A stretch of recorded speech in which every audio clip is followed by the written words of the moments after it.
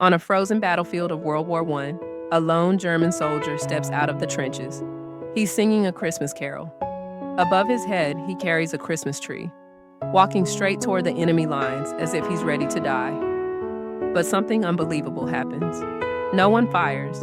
Not a single trigger is pulled. Across the field, enemy soldiers slowly rise from their trenches. One of them lifts a set of bagpipes and begins to play along. The song ends.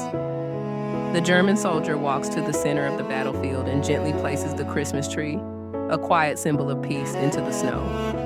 Then, smiling, he waves to the men on the other side. Hello, British soldiers.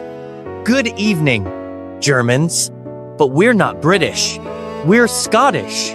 What follows defies every rule of war. For a brief moment, hatred is set aside. Weapons are lowered, food is shared, drinks are passed hand to hand. Strangers become friends. Some even promise that when the war is over, they'll visit each other's homes. On ground meant only for death, humanity takes back the night.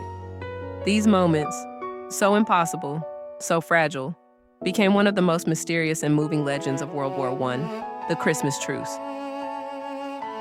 Summer 1914, World War I erupts. After months of brutal fighting, the battlefield is nothing but mud-filled trenches and endless smoke. Soldiers huddle in narrow ditches, exhausted in body and spirit, with no end to the war in sight. Then Christmas arrives. Home is far away. Only cold rifles lie ahead. High command orders increased vigilance. No one is allowed to relax. To lift morale, the German army delivers thousands of Christmas trees to the front. Candles flicker in the trenches, a quiet reminder that the men holding rifles are still human.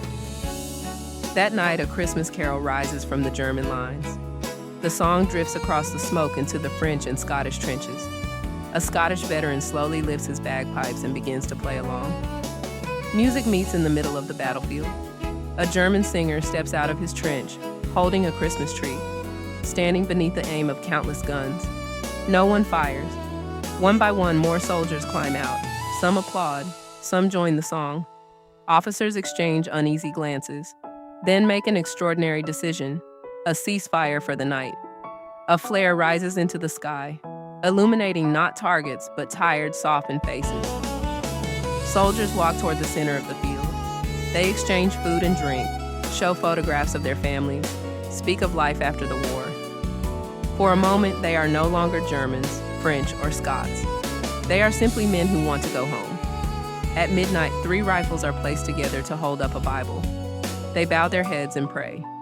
Peace, fragile and impossible, descends like a miracle. But when morning comes, they must return to their trenches and become enemies once more. That night would be remembered as the Christmas Truce,